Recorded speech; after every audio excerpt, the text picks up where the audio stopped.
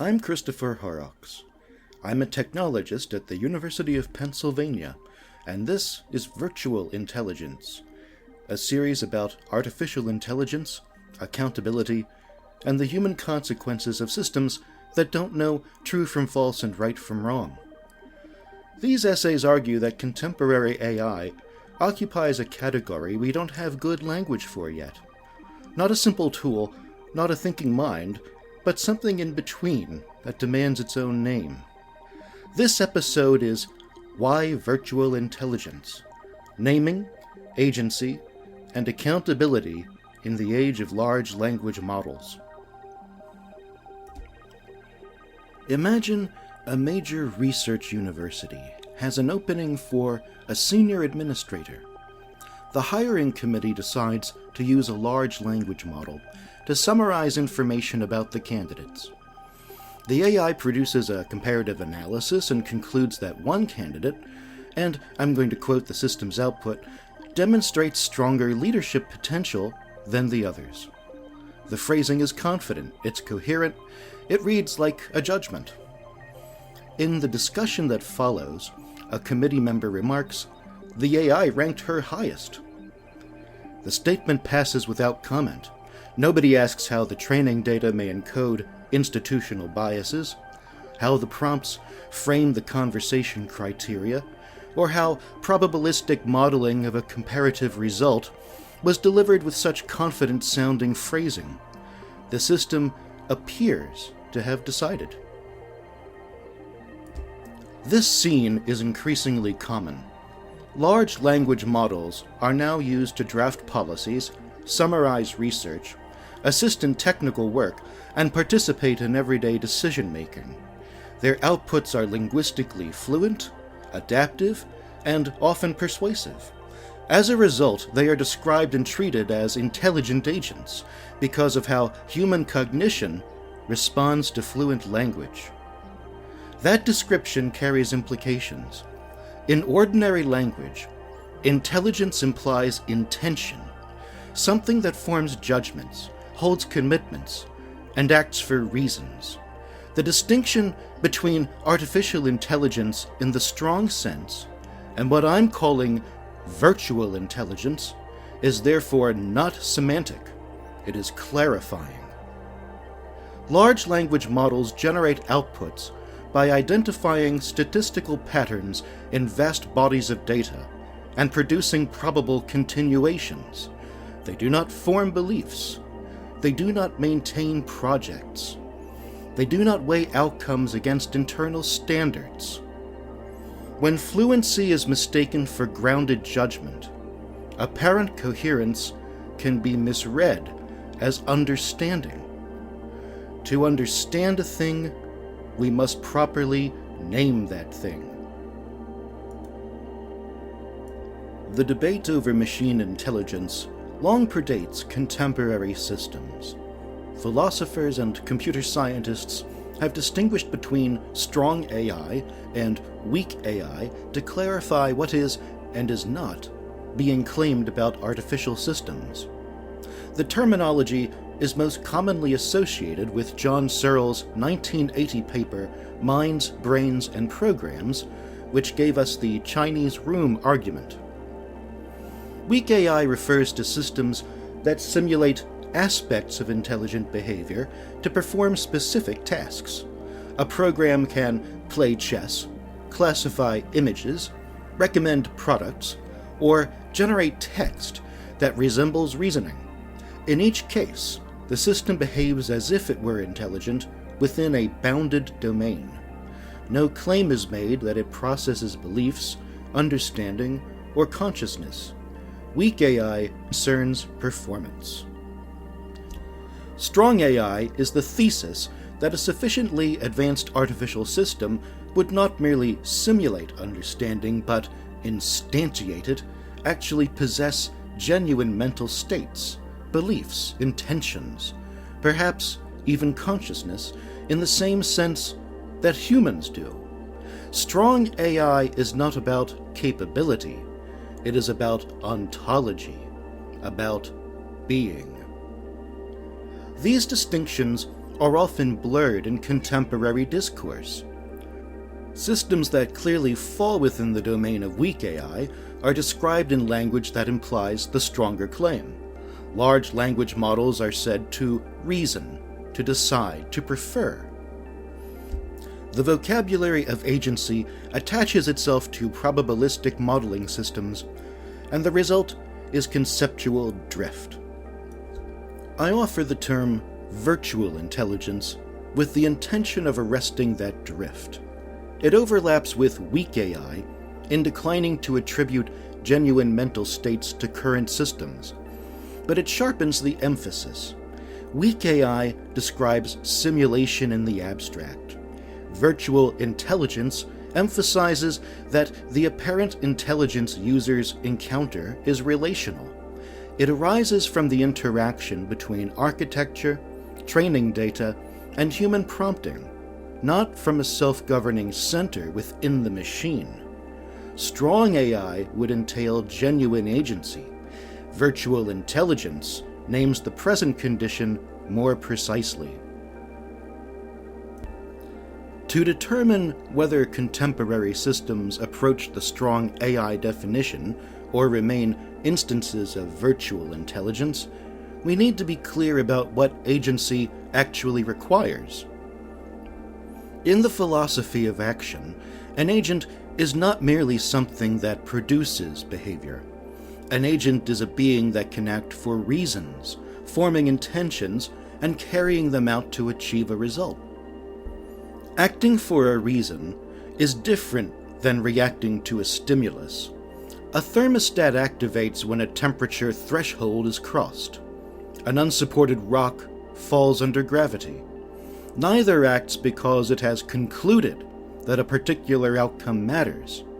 Agency involves more than output. It involves acting on reasons. Agency also unfolds across time. Intentions are not momentary impulses. They organize behavior, they constrain reconsideration, and they coordinate means and ends across changing circumstances. When a person commits to a project, that commitment persists. It shapes later decisions. It can be reaffirmed or revised. This structure, commitment extended through time, is central to intentional action. The philosopher Harry Frankfurt argued that agency involves something more specific still: reflective endorsement. Not merely having desires, but deciding which desires one endorses and wants to govern one's conduct. Frankfurt called these second-order volitions, the capacity not just to want something, but to want it, or to reject a desire one finds oneself having. This reflective ownership grounds responsibility. We hold people accountable because their actions express commitments they stand behind. Now, computer science often employs a much thinner definition of agency. In many AI textbooks, an agent is any system that receives inputs and produces outputs in response. Under that engineering definition, a thermostat qualifies as an agent. So does a recommendation engine. That usage is useful for system design, but it is not sufficient for questions of intention, judgment, or accountability. For present purposes, I'm defining robust agency as the capacity to initiate and regulate action based on internally maintained commitments that persist across time. Robust agents respond to reasons and reflectively endorse or revise their commitments. That definition distinguishes mere mechanisms from responsible actors. With that definition in place, we can evaluate contemporary generative AI systems. Large language models produce sophisticated behavior. They generate arguments, summarize research, revise drafts, and simulate deliberation. They often appear to reason. This appearance can be misleading. A language model does not initiate action based on internally maintained commitments. It does not possess projects it seeks to carry forward. It does not maintain intentions that constrain future conduct across contexts. Its outputs are triggered by prompts and shaped by statistical optimization over training data. The system does not act because it is concluded that an outcome matters. It generates text that conforms to probabilistic patterns. It is true that these systems maintain parameters, internal representations, and contextual memory during operation. And that is a fair objection, and it deserves a response. Persistent weights are not the same as commitments. A commitment constrains action because it is taken to matter by the system itself. A parameter constrains output because it encodes structure. The difference is not technical, it is philosophical, and it is the difference that matters. Nor do these systems exhibit reflective self-governance. They cannot endorse one motivation over another or repudiate a prior commitment because they judge it mistaken. They can simulate these moves linguistically and do with considerable fluency. Yet there is no standpoint within the system from which such revision is owned. These systems qualify as agents under the thin engineering definition. Under the richer account tied to reasons, commitment, and self-governance, they do not. The question at issue is not whether systems can optimize objectives. It is whether they can bear responsibility for doing so. Calling this intelligence virtual does not diminish its power. Large language models encode vast data structures. They compress patterns across enormous corpora. They are sophisticated computational artifacts, and they are useful. The reasoning users encounter, however, is co-constructed. The user supplies a prompt shaped by goals and contexts. The system produces a probabilistic continuation. The user interprets the output as advice or analysis. Meaning emerges in this exchange.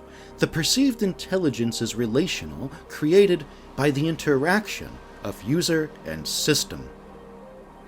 Daniel Dennett described what he called the intentional stance, the practice of treating behavior as if it were guided by beliefs and desires, because doing so aids prediction.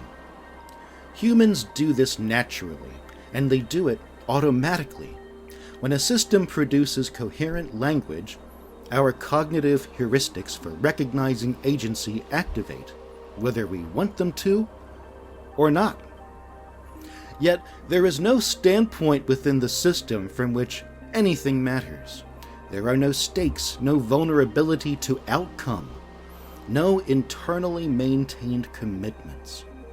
Without stakes, there is no judgment in the human sense, only pattern completion. The way we name these systems shapes where accountability resides. When systems are described as deciding or determining outcomes, responsibility shifts subtly but consequentially from the human users to the systems themselves. The language of what the system concluded replaces the language of what we encoded and deployed. In highly consequential domains, such as hiring, lending, policing, and medicine, this shift matters. These systems execute patterns shaped by human choices embedded in data, architecture, and institutional incentives. If intelligence is understood as virtual, the chain of accountability remains visible. The term preserves accountability precisely because it denies the existence of an inner moral subject within the system. Nothing in this argument forecloses the possibility that future artificial systems might have robust agency. If a system were to originate and sustain its own commitments, revise them reflectively, initiate action from a continuing standpoint, and bear consequences in a way that grounded answerability, it would warrant a different classification. The present claim is narrower. It concerns contemporary large language models and related systems. It concerns what exists now. Contemporary generative AI systems are powerful tools. They reproduce the outer form of reasoning with remarkable fluency. Fluency is not self-governance. Statistical modeling is not intention, and simulation is not agency. Strong AI would entail genuine, self-directing agency. Weak AI describes task-bound simulation. Virtual intelligence captures the present reality, systems that, in limited contexts, generate behavior indistinguishable from reasoning, without possessing internally grounded commitments or stakes. Apparent intelligence is not evidence of inner mentality. The intelligence users encounter arises in the exchange. Recognizing this does not diminish these systems. Proper naming preserves the boundary that keeps agency and accountability human. And that was Why Virtual Intelligence, Naming, Agency, and Accountability in the Age of Large Language Models, part of the Virtual Intelligence series. You can read the full text, with all footnotes and sources, at chorrocks.substack.com. The series is free, and if you found this worth your time, I'd appreciate your subscription. The opinions expressed are my own, and do not reflect any official or unofficial institutional position of the University of Pennsylvania. I am Christopher Horrocks, and thank you for listening.